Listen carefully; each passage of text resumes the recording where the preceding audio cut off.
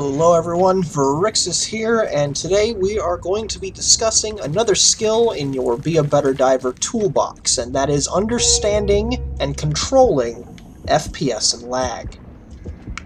Sometimes your skill or knowledge might not be what's holding you back.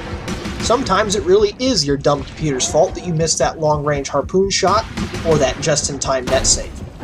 We live in a digital age, and yet many gamers are completely unaware of how their systems function, or what they can do about it to make their gameplay better. Today we're going to take a brief look at how depth uses our computer's resources, and how we can tweak those resources to give us a better advantage. First, we need to sort out a few basic terms so everyone can be on the same page. FPS stands for frames per second, and it's a measure of how smooth everything looks on your screen. Movement on your screen is really just a very fast series of individual pictures drawn out by your computer. The more FPS you have, the smoother everything appears.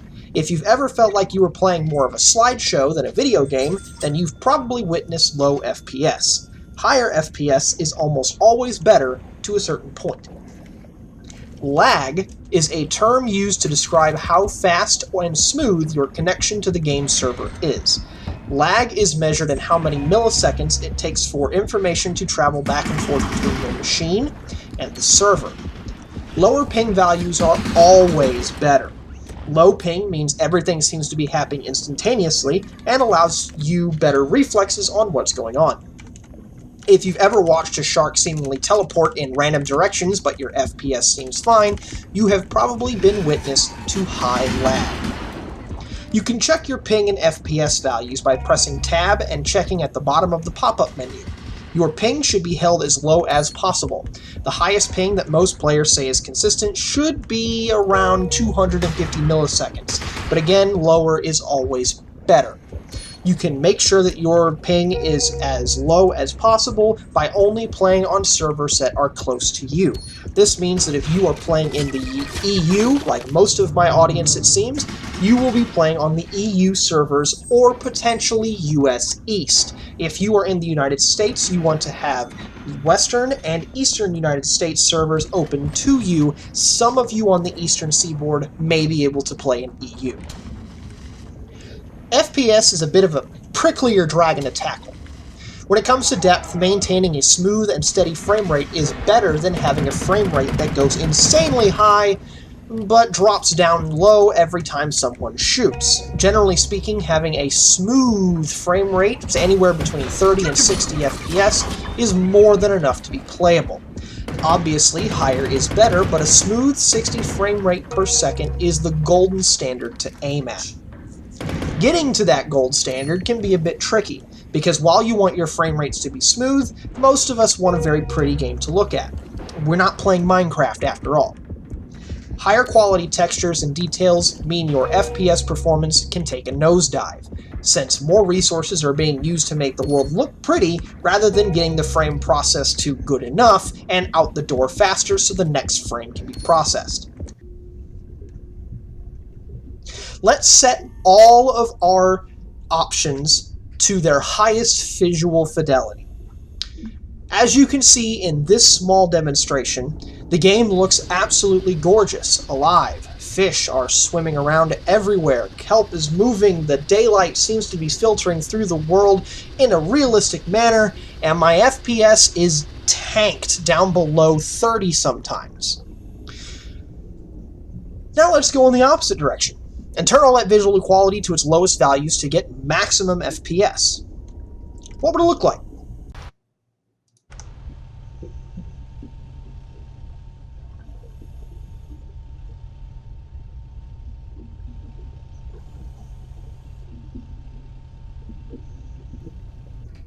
As you can see in this demonstration, our FPS values are pretty good, but the visual quality has suffered immensely. No more critters, ocean debris, kelp strands, anything. The game looks lifeless and artificial. But that's okay. Some people prefer to have minimal distractions in their games. If that's the case, then turning off most of the fluff values that we'll talk about later could be a great option for you. Me, I like to have a playable experience at a place that looks great to play in. So let's take a look at the values we can tweak to see to get what we want. Up in the top left corner of our lobby is the Settings button. In Settings, everything we need to customize our game's performance and quality is in the Video tab. You can try the basic options of World Detail to see some of the preset options marked by the developers. You'll have to restart your game every time you change some of these values, though, and they're all marked by an asterisk. Otherwise, you can explore the rest of the settings in the boxes to your left. The developers have given each option an easy-to-understand tooltip explaining what each option does and how it affects both quality and performance. Some options of particular note are the following. Ambient occlusion. As you can see by the tooltip, this option doesn't give much visual fidelity in exchange for a massive performance loss. Unless you're running a pretty new machine, you can safely leave this off without missing very much at all. High-quality shaders. If you're not running a fairly new machine, turning off this option can free up quite a bit of resources for you.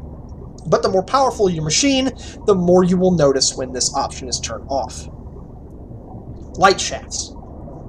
This option is what makes everything look like you're really underwater, since it controls how light penetrates the surface at the top of the map. You can see a massive difference in the game when this option is turned off, but if you need more resources, then you can take a look at turning this off. Ambient creatures. This option can free up a ton of resources, but it really does make the world seem a bit dead. Now, some veterans turn this option off just to make sure that when they see movement in the distance, they know it's a shark. I personally leave this option on, but it is up to you. Now that you know what to look for, experiment. Try lots of combinations until you find a trade-off between performance and visual quality that you're happy with. For another example, here is the settings I play with in the same example space we used earlier.